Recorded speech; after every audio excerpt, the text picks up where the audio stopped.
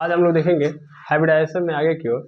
जैसे पहले हम लोग VSEPR थ्योरी को समझ लिए थे, अभी हम देखेंगे कि कौन कौन से ऐसे फैक्टर हैं जो बॉन्ड एंगल को मतलब बॉन्ड एंगल के ऊपर इफेक्ट डालते हैं। इससे पहले हम लोगों ने समझ लिया था कि बॉन्ड एंगल जो होता है वो रिपल्सन के कारण चेंज होता है, लेकिन उसके अलावा कौन कौन से फैक्टर हैं जिनके कारण ये हमारा बॉन्ड एंगल चेंज होगा। क्योंकि रिपल्सन का मतलब तो वो तो फिक्स होता है कि रिपल्सन होगा ही होगा, और उस रिपल्सन के कारण क्या बोलते हैं, मजबूरन ऑर्बिटल को एक फिक्स शेप के लिए जाना पड़ता है। ठीक है, लेकिन मान लीजिए अगर ऑर्बिटल फिक्स शेप में चला गया, दैट मींस एक ऑर्बिटल है, उसने मतलब सॉरी एक मॉलिक्यूल बन रहा है, एक सेंट्रल एटम ने क्या किया हुआ है, बहुत सारे लोगों से ओवरलैपिंग करके बॉन्ड बनाया हुआ है, फिर उनके अंदर एक फिक्स बॉन्ड एंगल भी क्रिएट हो गया। लेकिन अगर मान लीजिए सब कुछ फिक्स हो गया, तो उसके बाद ऐसे कौन कौन से फैक्टर हैं कि अगर वो चेंज कर दिए जाए उसके अंदर, तो क्या होगा, उस मॉलिक्यूल के अंदर चेंज आ जाएगा, या उसके बॉन्ड एंगल के अंदर चेंज आ जाएगा। तो इसकी बात कर रहे हैं हम लोग। तो हम लोग देखेंगे factor which affect to bond angle, यानी बॉन्ड एंगल को कौन से ऐसे फैक्टर हैं जो अफेक्ट करते हैं। ठीक है, तो सबसे पहले हाइब्रिडाइजेशन।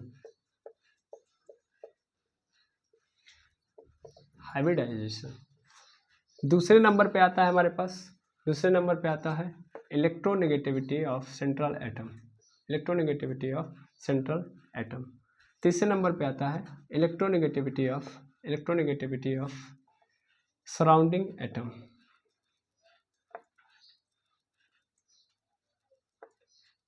Surrounding atom.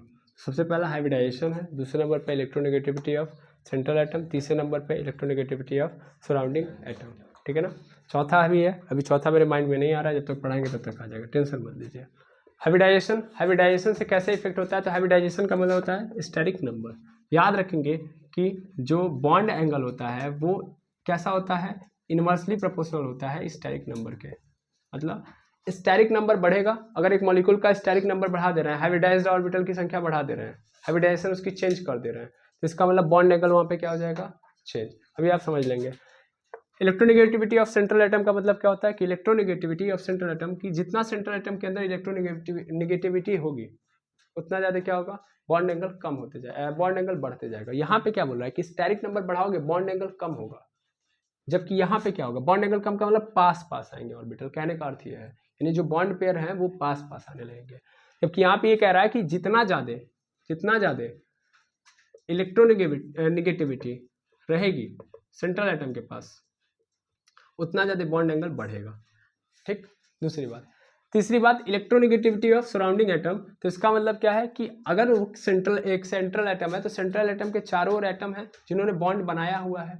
तो अगर मान लीजिए जो सेंट्रल एटम के साथ बॉन्ड बनाया, अगर उसकी इलेक्ट्रोनेगेटिविटी ज्यादा हो गई, तो उस कंडीशन में बॉन्ड पेयर की वैल्यू क्या होगी, सॉरी बॉन्ड एंगल की वैल्यू जो होगी वो क्या होगी, घटेगी। तो यानी bond angle is directly proportional, sorry inverse proportional to electronegativity of surrounding atom.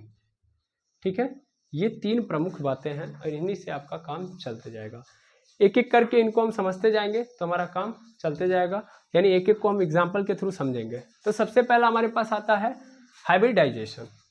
ठीक है ना, कैसे हम हाइब्रिडाइजेशन चेंज करते हैं, तो इलेक्ट्रोनेगेटिव क्या बोलते हैं, बॉन्ड एंगल चेंज होता है, इसको देखते हैं। आप खुद जानते हो, पहले के लिए मैं ऑब्जर्व करा रहा हूं। मैं सबसे पहले इन दोनों को मिटा देता हूं। ठीक है,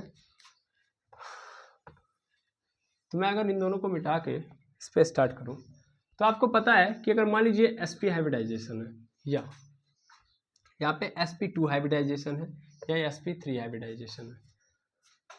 आप sp अगर हाइब्रिडाइजेशन देखते हैं तो कितना होता है, वो 180 लीनियर होता है, आप सबने पढ़ा हुआ है ना, लीनियर ज्योमेट्री आती है और उसका एंगल कितना होता है, 120।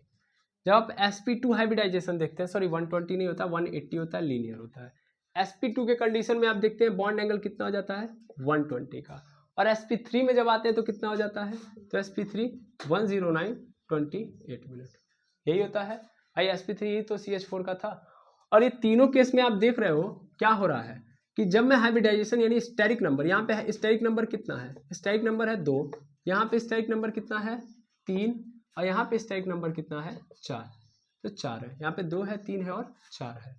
तो स्टेरिक नंबर बढ़ रहा है, तो ध्यान से देखिए आप, बॉन्ड एंगल क्या हो रहे हैं, घट रहे हैं कि नहीं घट रहे हैं, स्टेरिक नंबर बढ़ रहा है और यहाँ पे बॉन्ड एंगल क्या हो रहा है, घट रहा है। तो यहाँ से ऐसा क्या होता है आप खुद समझिएगा कि स्टेरिक नंबर बढ़ने से जो क्या बोलते हैं कैरेक्टर होते हैं, यानी एस कैरेक्टर और पी कैरेक्टर, उनके अंदर क्या आने लगता है, चेंज। और जब चेंज आने लगेगा तो इसीलिए जो एंगल का फॉर्मेशन है, बॉन्ड एंगल का जो फॉर्मेशन है वो क्या होने लगेगा, चेंज। यानी एक सेंट्रल एटम अगर मान लीजिए sp हाइब्रिडाइजेशन कर रहा है तो उस दौरान वो कैसा बनाएगा, लीनियर। अगर उसने हाइब्रिडाइजेशन चेंज करके sp2 कर दिया, भाई हाइब्रिडाइजेशन चेंज कर सकता है, जिसके जैसे जैसे जुड़ना होता है, जिससे जिससे जुड़ना होता है उस आधार पर वो क्या करता है, हाइब्रिडाइजेशन करता है। तो अगर sp2 कर रहा है तब उस दौरान उसका एंगल चेंज होके और क्या हो जाएगा, कम हो जाएगा, 120 हो जाएगा। और अगर उसने क्या कर दिया, sp3 कर दिया तो 109 डिग्री 28 मिनट होगा। इसका कारण क्या है, कम होते जा रहा है ना। इसका कारण खुद देख लो, यहाँ पे s कैरेक्टर क्या है, खुद देखो 50-50 का चल रहा होगा, है ना, 50% s 50% p, है ना। तो इक्वली चलेगा तो s वाला ज़्यादा है ना, मतलब s वाला है ना, एस कम्पेयर टू यहाँ पे पी के तो बराबरी पे चल रहा है। तो अगर एस वाला बराबरी पे भी चल रहा है तो उसका वेटेज क्या होगा कि वो बल्काइन रखेगा। बल्काइन रखने का मतलब आधा उसने क्या कर दिया है, फुला हुआ कर दिया। फुला हुआ करने से क्या होगा कि इलेक्ट्रॉन को ज़्यादा ट्रेवल करने का मौका मिलेगा, ज़्यादा रिपेल करने का मौका मिलेगा, इसलिए यहाँ पे एंगल क्या है, 180। अगले वाले में जब जाओगे sp2 में, तो sp2 वाले केस में क्या हो रहा है कि s का कैरेक्टर 33 हो जा रहा है, हाँ या ना, 33, और p का जो कैरेक्टर हो रहा है वो 66% हो जा रहा है। ठीक है, अब 1% का वेटेज मत लीजिएगा, नहीं तो फिर दिक्कत हो जाएगी, क्योंकि यहाँ पे कितना है आपका 33 होता है और ये हो जाता है 67, अब जोड़ लीजिएगा तो हो जाएगा आपका, ठीक है ना, 100%। तो S और P, तो S का 33 हो गया, P का 66। तो क्या हुआ, S जो पहले फूला हुआ था थोड़ा सा, अब क्या हो गया, पिचक गया, थोड़ा पिच का। P क्या हो गया, लंबा हो गया। इसका मतलब ऑर्बिटल क्या हो रहा है, इलॉन्गनेस, मतलब ऑर्बिटल के अंदर इलॉन्गनेस आ गई। इलॉन्गनेस आ गई तो इसका मतलब क्या हुआ, अब आगे की ओर ट्रेवल करेंगे, रिपल्सन कम कर पाएंगे, क्योंकि इधर साइड साइड का जो कवर एरिया है वो क्या हो चुका है, कम। तो इसीलिए क्या हो गया, यहाँ पे रिपल्सन भी कम, रिपल्सन कम तो इसलिए 120 डिग्री। यहाँ पे आओ, यहाँ पे क्या होगा, sp3 है तो यहाँ पे s का कितना होता है 25% और p का हो जाता है 75%। s और पिचक गया, ठीक है ना, और पिचक गया तो और कम रिपल्सन कर पाएगा, और कम रिपल्सन कर पाएगा, दैट मीन्स सिंपल बात है कि लॉन्गनेस बढ़ जाएगी, आगे की ओर ट्रैवल कर सकता है तो और बॉन्ड एंगल कम। तो इसीलिए स्टेरिक नंबर जब भी आप बढ़ाओगे तो क्या होगा, बॉन्ड एंगल उतना ही कम होते जाएगा। ठीक है, एक सेकंड के लिए मैं पॉज कर रहा हूँ, चलिए आगे देखिएगा। तो ये हम लोगों ने समझ लिया। अब मैं इसका एग्जाम्पल देखूँ, तो इसका एग्जाम्पल है BeCl2 और BF3 और तीसरे नंबर पे हमारे पास CH4। BeCl2 देखोगे तो Be कैसा करेगा, sp हाइब्रिडाइजेशन करेगा, और अगर इसका स्ट्रक्चर देखोगे तो BeCl कुछ इस तरीके से अरेंज होगा, और इनके बीच में एंगल कैसा होगा 180, बिकॉज ये sp हाइब्रिडाइजेशन है। जब मैं BF3 करूंगा तो इसका हाइब्रिडाइजेशन नंबर, यानी अगर हाइब्रिडाइजेशन ऑर्बिटल कैसा होगा, B कैसा हाइब्रिडाइज्ड ऑर्बिटल बनेगा, sp3, यानी 3 p और एक s। तो यहाँ से अगर देखोगे तो कैसे अरेंज होगा, तो ये कुछ इस तरीके से अरेंज होंगे कि मान लीजिए एक f यहाँ पे है, एक f यहाँ पे और एक f यहाँ पे है, ठीक है, ऐसे होगा, 3 f है। तो यहाँ पे देखेंगे ध्यान से, सॉरी यहाँ पे sp2 है, सॉरी sp2 हाइब्रिडाइजेशन है, तो यहाँ पे 120 एंगल, यहाँ पे 120 एंगल और यहाँ पे 120 एंगल, क्लियर है, 120 एंगल आएगा।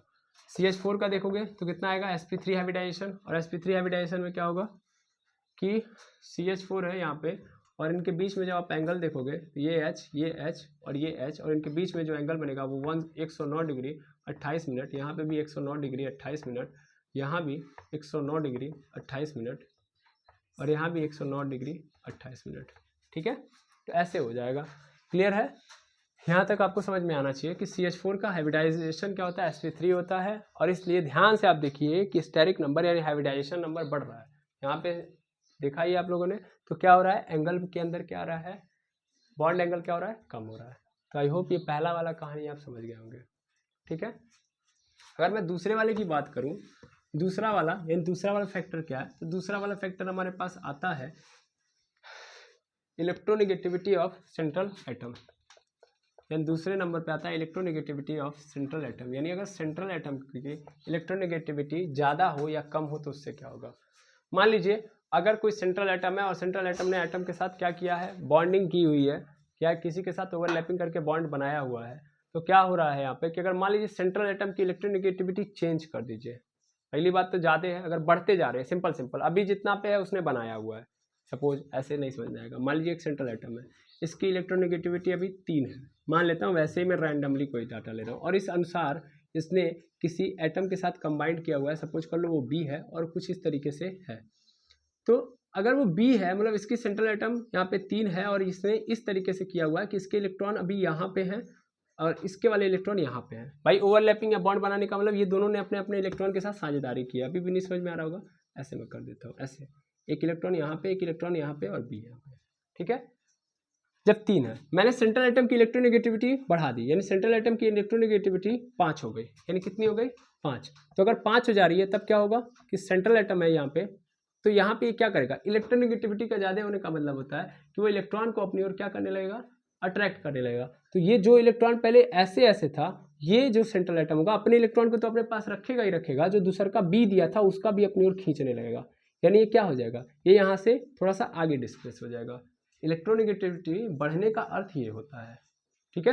तो इसका मतलब ये जो इलेक्ट्रॉन पहले इधर था, दूर था, उस साइड था, वो इलेक्ट्रॉन भी खींच के अब कहाँ आने लगेगा, एकदम पास आने लगेगा सेंट्रल एटम के। तो इससे क्या होगा, अब ध्यान से समझोगे तो समझ में आएगा कि इलेक्ट्रोनेगेटिविटी अगर सेंट्रल एटम की हम देखेंगे कि मान लो एक यहाँ पे बना रहे हैं, तो होगा क्या कि नॉर्मली तो ये ऐसे ऐसे रहेगा, तो उस दौरान रिपल्सन कम रहेगा क्योंकि इलेक्ट्रॉन अभी थोड़े थोड़े फैले हुए हैं, क्योंकि इलेक्ट्रोनेगेटिविटी 3 वाले पे देख लेना, अभी यहाँ पे 3 है, लेकिन मान लो अभी बढ़ा दिया 5 कर दिया, तो क्या होगा कि यही सेंट्रल एटम है, इसी सेंट्रल एटम की जब बात करोगे तो इसके पास क्या हो गया, इलेक्ट्रॉन पास आ गए, पास आ गए, यहाँ भी पास आ गए।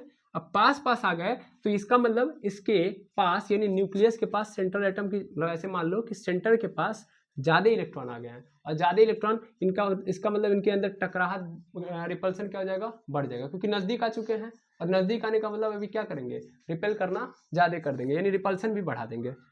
पहले जितना रिपल्सन कर रहे थे ठीक है, लेकिन जब पास आ गए तो रिपल्सन क्या हो जाएगा, अब बढ़ जाएगा, और बढ़ने के कारण क्या होगा कि ये सेंट्रल एटम के इन ऑर्बिटल्स को मजबूरन क्या करना पड़ेगा, दूर दूर भागना पड़ेगा, ठीक है, तब जाके ये फिक्स हो पाएंगे। इसका मतलब अगर कोई ऐसा सेंट्रल एटम है जिसकी इलेक्ट्रोनेगेटिविटी ज़्यादा है, तो उस कंडीशन में उनके ऑर्बिटल को ज़्यादा मैक्सिमम बॉन्ड क्रिएट करना पड़ेगा ताकि वो ज़्यादा दूरी पर रह पाए, ठीक है ना। तो आई थिंक ये बात समझ में आ रही होगी। इसीलिए किसी भी सेंट्रल एटम की बात अगर मैं करूं तो जब भी वो उसके पास इलेक्ट्रोनेगेटिविटी का टर्म ज़्यादा होता है तो इसका मतलब बॉन्ड एंगल भी क्या होगा, ज़्यादा होगा।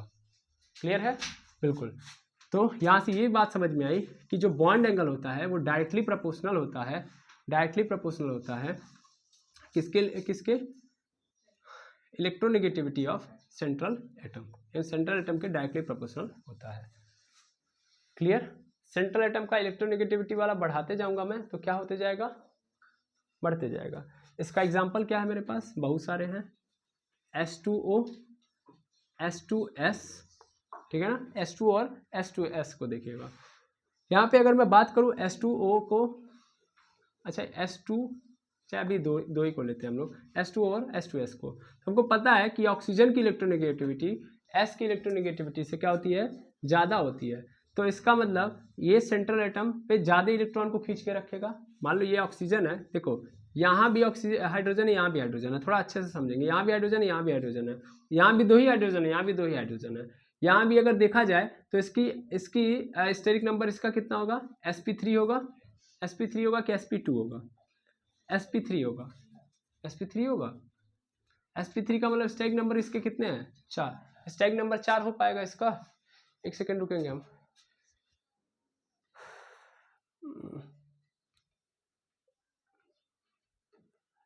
सॉरी, देखिएगा आगे।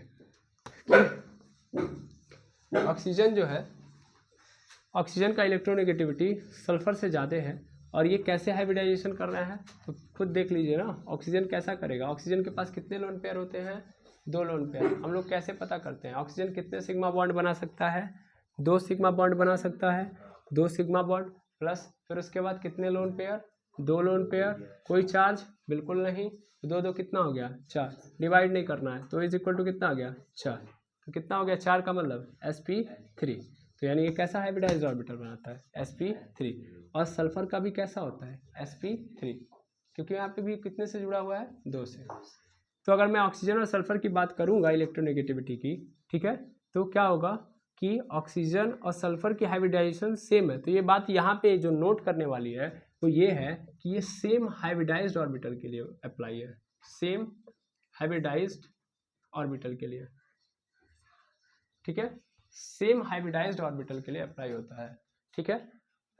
सेम हाइब्रिडाइज्ड ऑर्बिटल के लिए ही ये फॉर्मूला या क्या बोलते हैं कॉन्सेप्ट लागू होता है। तो चलो अब देख लेते हैं कि ये O है, ये O ऐसे S से ऐसे ऐसे जुड़ा होगा यहाँ पे, और यहाँ पे S है, यहाँ भी ये H से ऐसे जुड़ा होगा। मुझे पता है कि ऑक्सीजन का क्या होगा, ऑक्सीजन का इलेक्ट्रोनेगेटिविटी ज़्यादा है, तो इसके इलेक्ट्रॉन मतलब ये वाले इलेक्ट्रॉन क्या होंगे, पास पास होंगे ना, यानी इसके ज़्यादा इलेक्ट्रॉन पास पास होंगे। तो ज़्यादा का मतलब ये ऐसी स्थिति बनेगी कि यहाँ पे ऐसी स्थिति बन जाएगी, जबकि इसके थोड़े से दूर होंगे।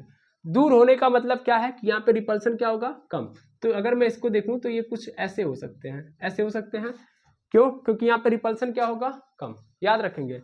तो रिपल्सन यहाँ पे कम होगा, रिपल्सन कम होगा तो ये नज़दीक रहेंगे, मतलब बहुत दूर नहीं भागेंगे क्योंकि रिपल्सन कम है। जबकि यहाँ पे क्या है, जब नज़दीक आ जाएंगे तो इसका मतलब इनके अंदर रिपल्सन ज़्यादा होगा, तो रिपल्सन मिनिमाइज करने के लिए इनको ज़्यादा दूर जाना पड़ेगा। रिपल्सन कम करने के लिए क्या करना पड़ता है, डिस्टेंस बढ़ानी पड़ती है, तो ये डिस्टेंस क्या करेंगे, बढ़ाएंगे। तो एज कम्पेयर टू दिस, यहाँ पे जो बॉन्ड एंगल होगा वो क्या होगा, ज़्यादा होगा। इसका मतलब मैं ये बोल सकता हूँ कि bond angle of S2O is greater than bond angle of S2S। क्या बात समझ में आई कि नहीं आई? क्योंकि इलेक्ट्रोनेगेटिविटी ज्यादा होने से क्या हो रहा है आपको समझ में आ गया होगा, ठीक है, बिल्कुल। अब मैं अगला अगर मैं देखूं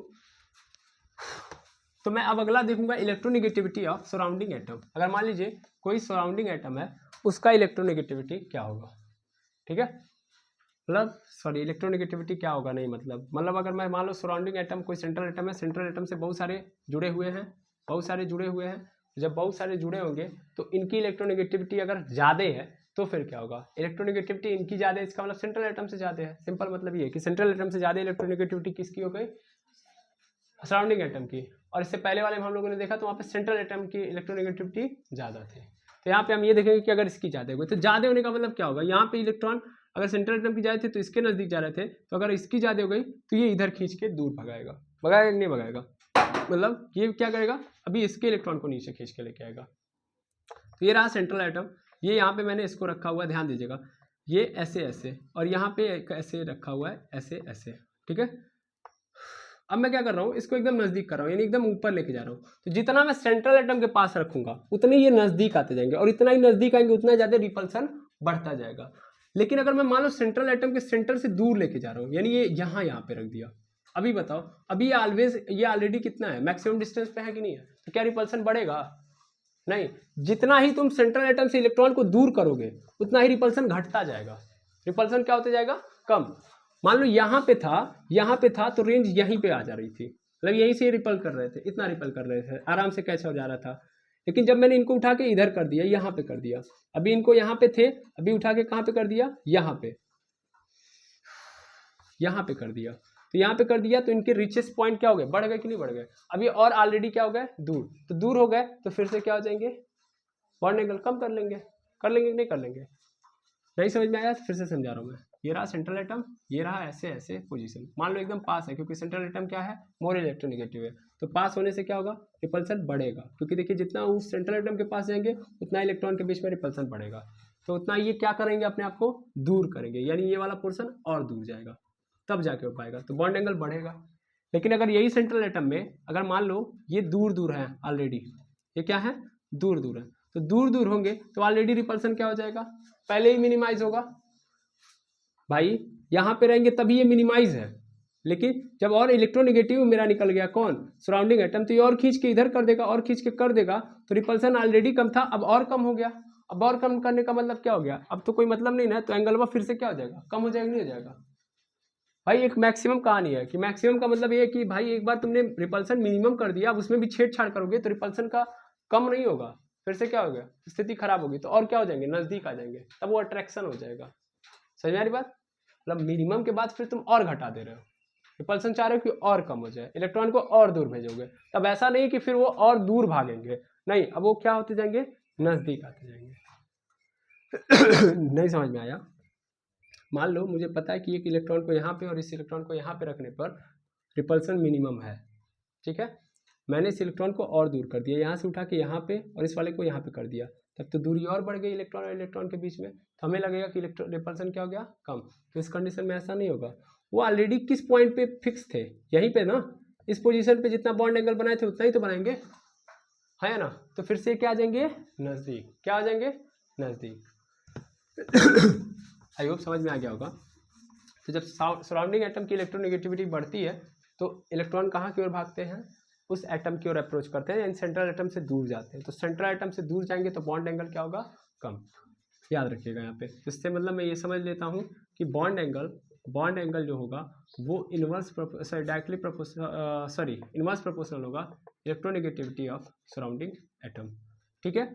यानी जो बॉन्ड एंगल होगा वो सराउंडिंग एटम की इलेक्ट्रोनेगेटिविटी बढ़ाने पर कम होते जाएगा। और इसका एग्जांपल क्या हो सकता है हमारे पास, अभी हम लोगों ने H2S और उसको लिया था, तो ये किसका एग्जांपल था, वो सेंट्रल एटम की इलेक्ट्रोनेगेटिविटी बता रहा था, ठीक है ना। हमें किसका चाहिए, इन सब का अगर चाहिए तो हम लोग किसको ले लेते हैं, हम लोग ले लेते हैं एग्जांपल में OF2, मतलब OF2 को लेते हैं और OCl2 को लेते हैं, ठीक है। OF2 और OCl2 को लेते हैं।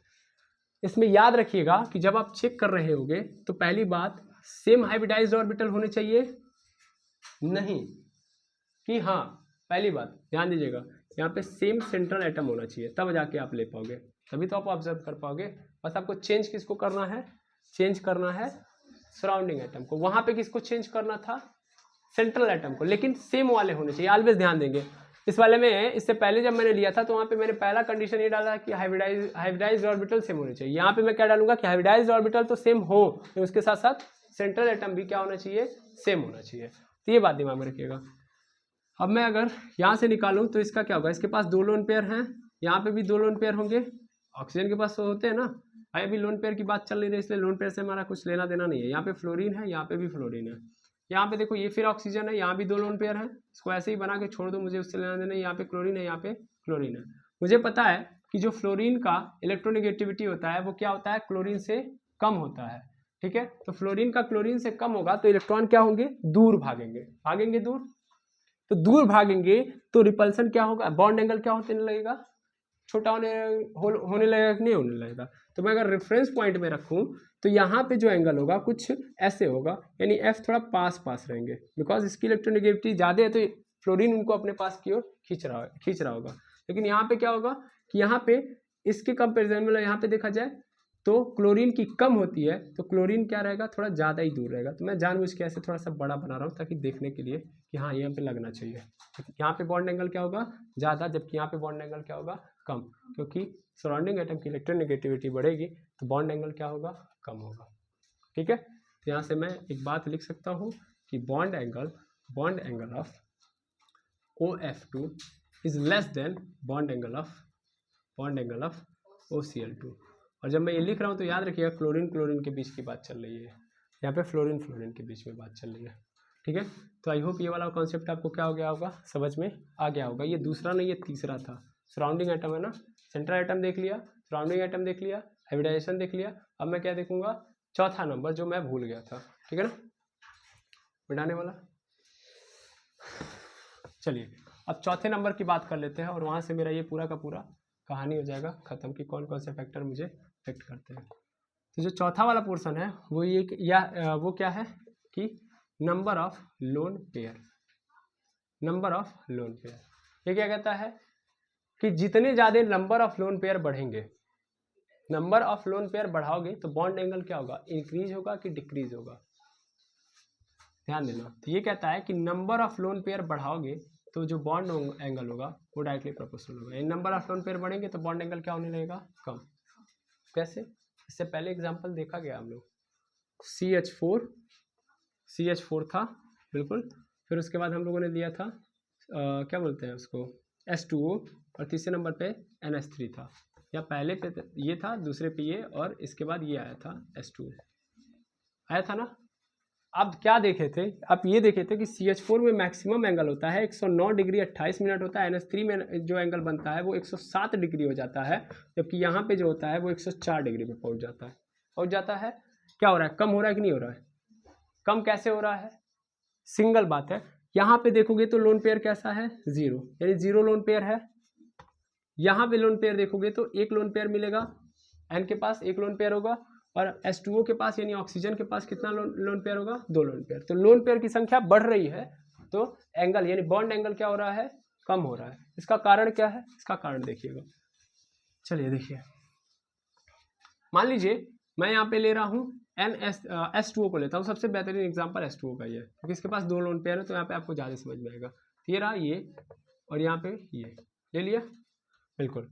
अब मैं यहाँ पे देखूंगा तो यहाँ पे एक H होगा, यहाँ पे एक H होगा, ये 2 लोन पेयर हैं, तो इनके अंदर रिपल्सन क्या होगा, ज़्यादा। रिपल्सन ज़्यादा होगा तो ये अपने आप को कहाँ पे रखेंगे, मैक्सिमम डिस्टेंस पे रखेंगे, है या ना, यानी ये अपने आप को मैक्सिमम डिस्टेंस पे रखेंगे। तो मैक्सिमम डिस्टेंस मतलब दूर भागेंगे तो इधर आएंगे, तो इधर आने का मतलब ये यहाँ पे चला आया, ये यहाँ पे चला आया, ठीक है, यहाँ पे चला आया। तो इससे पहले हाइड्रोजन यहाँ पे था, हाइड्रोजन यहाँ पे था, तो जब ये अपने आप से दूर जाएंगे, तो जब ये इधर आएंगे तो ये इधर आते ही किसको रिपेल करना स्टार्ट कर देंगे, हाइड्रोजन को, और ये वाला भी इसको करना स्टार्ट कर देगा, नहीं करने लगेगा।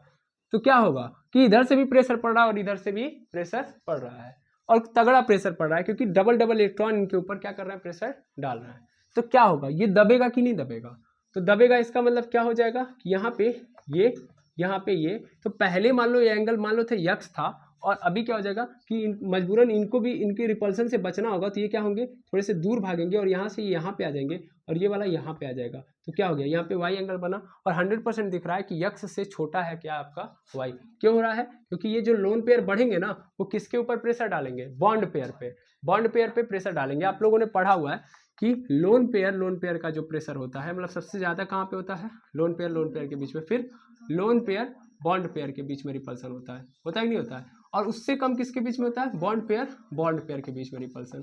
तो यहाँ पे क्या हो रहा है, यहाँ इनके बीच में भी रिपल्सन है, लेकिन उस रिपल्सन से ज़्यादा कौन सा है, लोन पेयर बॉन्ड पेयर के बीच में, है ना, यानी ये ज़्यादा रिपल करेंगे, इसलिए ये वाला रिपल्सन इनके सामने कुछ नहीं, इसलिए मजबूरन इनको झुकना पड़ेगा, और क्या करना पड़ेगा, पास आना पड़ेगा। क्लियर है, यस आर नो।